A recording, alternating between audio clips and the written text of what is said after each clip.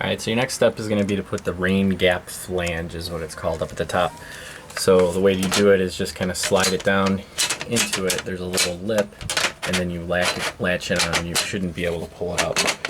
So then you take it and kind of pull it up, and I'll take the middle screw hole right here, drill it, and then screw the screw in, and then drill the other two pieces and screw those in. So there's only 3 holes up at the top. I use the taller, longer one because I had a bigger gap at the top, but you may use the shorter piece depending on the size of the gap at the top.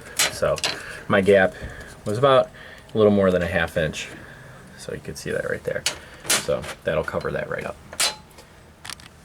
Alright, so the next step after I got all these pieces in, one thing just to be careful too is that to make sure that it's even with the edge here, because otherwise you may have a gap on both sides or one side where bugs, rain, or whatever else can get in. But then you have this top part, which is the little rail with your screws, and they give you this little plastic piece, but it's in this case a 36-inch gap cover. So you just kind of slide it in there, and then it'll lock into place.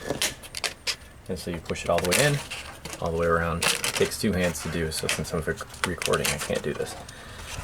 So put it in, and it goes all the way through. It just covers your screws, so it looks nice and pretty, so your wife's happy. So that's how you do that part. And I believe there's 2 other pieces that'll do the same thing on the sides. You just kind of put those screw covers in. So you'll see those when I get to it. Okay, so the next step is this little brush at the bottom. You've got to adjust if you have a little gap underneath the door when it's closed. So there's 1 screw here and 1 screw right there that you just adjust, loosen, and then tighten to raise or lower it. So it's not going to do much, but just enough to be able to raise or lower it. So that's what you're going to move to get that part. So next step is going to be how to connect the little plunger pieces up in the top and the bottom. So that's what those 2 little holes in the top and bottom are for. So you connect it to the door frame, and then it'll help the door closer open slowly. Alright, the next step is going to be to put the little metal plunger pieces in. So the first part is you got to find this bracket. So the bracket's going to be right up against the frame that you just put in on the back of the door jamb, and it should be, the bottom of this piece should be level with the edge of the brush. So when you adjust it to be the right height, in my case it's all the way down, you put that right there. You'll put 2 screws in, 1 screw here and 1 screw here. You leave the 3rd piece open, so when you attach the little piston piece. So that's what I'm going to do right now. I'm going to go ahead and put those in, and then I'll show you what it looks like when it's done. Okay, so I pre-drilled the holes and then put the 2 screws in here. So these are long 2-inch screws, and then you leave that other piece as a gap, because this part right here goes in and slides, and then you'll screw in the next piece here. So this is the bracket for your piston.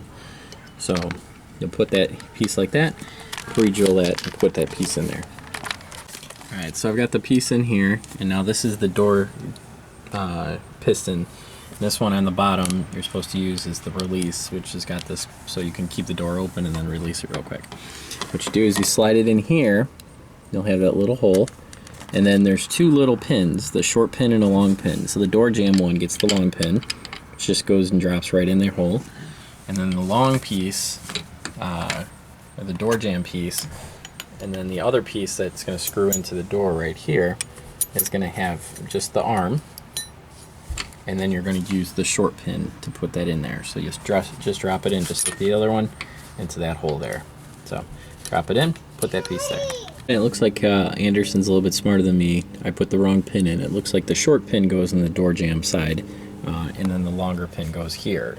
And the reason I realized it didn't work is because the short pin is actually a little bit fatter, so it didn't fit through the hole compared to the other ones. So they are a little bit smarter. They made the right ones go into the right pieces. So now after I got that, you're going to close the door all the way, and then line up those 2 holes with the piece here, and then just screw it right in with the 2 extra screws they give you in the little bag, little white capped, probably 1/2 inch short pieces. So put that in and it'll connect right up. So okay, so I got that screwed in right here. You can see the 2 screws about the middle of the plate here, bracket there, and it extends. So you open it and just let go. You can always double check. see how it works. So it doesn't slam shut when you let go, and then it closes itself nice and easily, and it latches. So you'll repeat the same steps up at the top here with those same 2 holes. It's a little bit more complicated when you do it, but I'll do that and then I'll be back. Alright, so I put the top one in here. A couple things. It asks to put it about 5/8 of an inch above the window piece when you do it.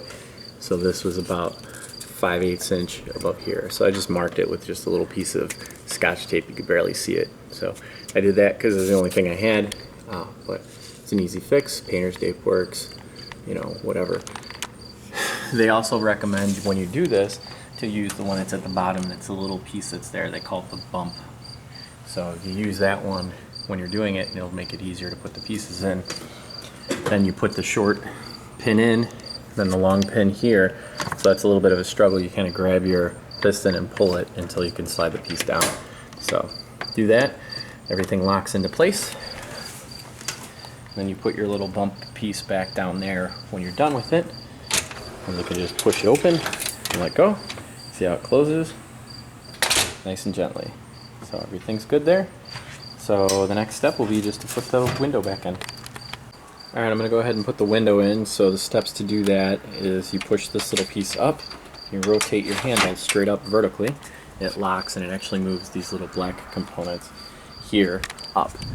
So that's what will go into these little grooves. This groove here, these all lock those little pieces into place. So notice they're only on the one side of the window but not the other. So this end will go in first, and then you'll put the opposite end with the little grooves in afterwards. Alright, I go ahead and put the window in. You barely see it. I mean, obviously just the little piece of plastic that's on there. I went around, put the little trim pieces on the end, and then you just go ahead and you push the door open after the bump piece is down. You let it go. Make sure it closes properly. The screen will go in the same way as the door, the window, and it closed. There you go. It latched. So that's how it is. Thanks for watching Todd Does It, and that's what happens when you go to Home Depot on a Saturday and your wife decides to buy a storm door. So the Andersen 45-minute, it took more like an hour. If I wasn't recording it, it'd probably be maybe about an hour or so. So that's it. Thanks for watching. Bye.